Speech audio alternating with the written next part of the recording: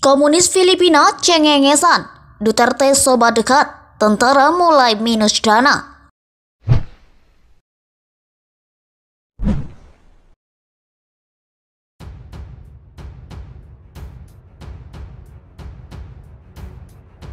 Akhir dari pemberontakan komunis Maois di Filipina sudah dekat setelah berlangsung 51 tahun. Inilah klaim angkatan bersenjata Filipina, sekalipun prediksi itu sendiri menjadi runyam. Hal ini mengingat Presiden Filipina saat ini, Rodrigo Duterte, adalah mantan Kabatang, Makabayan, sebuah organisasi pemuda sosialis pada 1964 yang didirikan oleh Jose Maria Sison.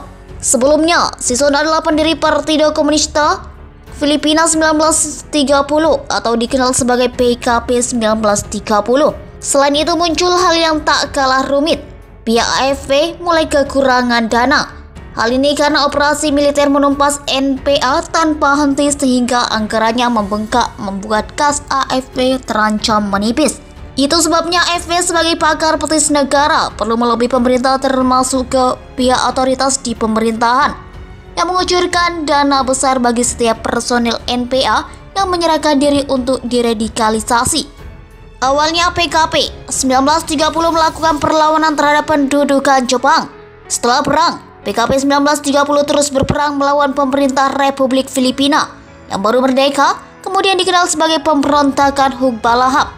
Sejak itulah terjadi gerakan bersenjata komunis yang belakangan usianya menjadi sangat panjang dalam sejarah dunia. Awal konflik dimulai pada 1969 lewat kemunculan New People Army atau Tentara Rakyat Baru setelah berakhirnya pemberontakan Hukbalahap pada 1954 dan pembubaran PKP 1930. Sejak itu, revolusi komunis di Filipina tampak seperti masa lalu. Namun pada dekade 1960-an, terjadi kebangkitan dalam popularitas politik sayap kiri radikal di Filipina, khususnya pemikiran Mao Zedong yang disambut sebagai revisi yang diperlukan untuk ideologi Marxis-Leninis. Pemberontakan Maois Filipina telah berlangsung selama lebih dari 5 dekade dan merupakan salah satu konflik bersenjata terpanjang di dunia. Akar komunisme militan di Filipina dapat ditelusuri sejauh Perang Dunia II lewat kehadiran gerilyawan komunis pimpinan Partido Komunista Filipina 1930 alias PKP 1930. Setelah memimpin kampanye pembetulan untuk mengatasi kegagalan PKP 1930, maka Sison pada 1968 mendirikan Partai Komunis Filipina. Setahun kemudian, NPA didirikan sebagai sayap bersenjata CPP dengan bantuan mantan anggota gerakan gerilya Hukbalahap. NPA pun mulai melakukan pemberontakan tanpa henti terhadap pemerintah Filipina dengan unit yang berbasis di seluruh pelosok negeri dari Pulau Luzon hingga Pulau Mindanao dan dari pulau-pulauan hingga Pulau Samar. Terlepas dari upaya terbaik angkatan bersenjata Filipina untuk mendorong NPA agar tunduk, serta melibatkan lebih dari 40 putaran pembicaraan damai yang diselenggarakan oleh pemerintah, tapi NPA dan sayap politik CPP Front Democratic National atau NDF tetap aktif. Namun sebagaimana dilansir Suara Pemret dari The Diplomat, Jumat 19 Februari 2021, AFP dan pemerintah telah mengklaim bahwa NPA berada di ambang kehancuran dan menyatakan keyakinannya bahwa perdamaian dapat dicapai pada 2022, akhir masa jabatan Duterte. Pernyataan ini telah menyertai aliran laporan spektakuler yang merinci jumlah tentara NPA yang terbunuh, ditangkap, atau menyerah.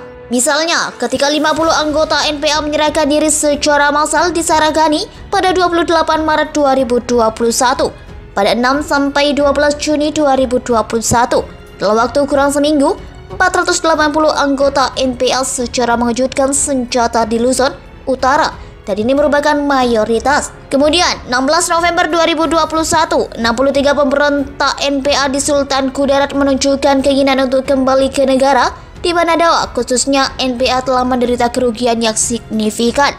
Dari 1 Januari hingga 16 November 2021, klaim AFP.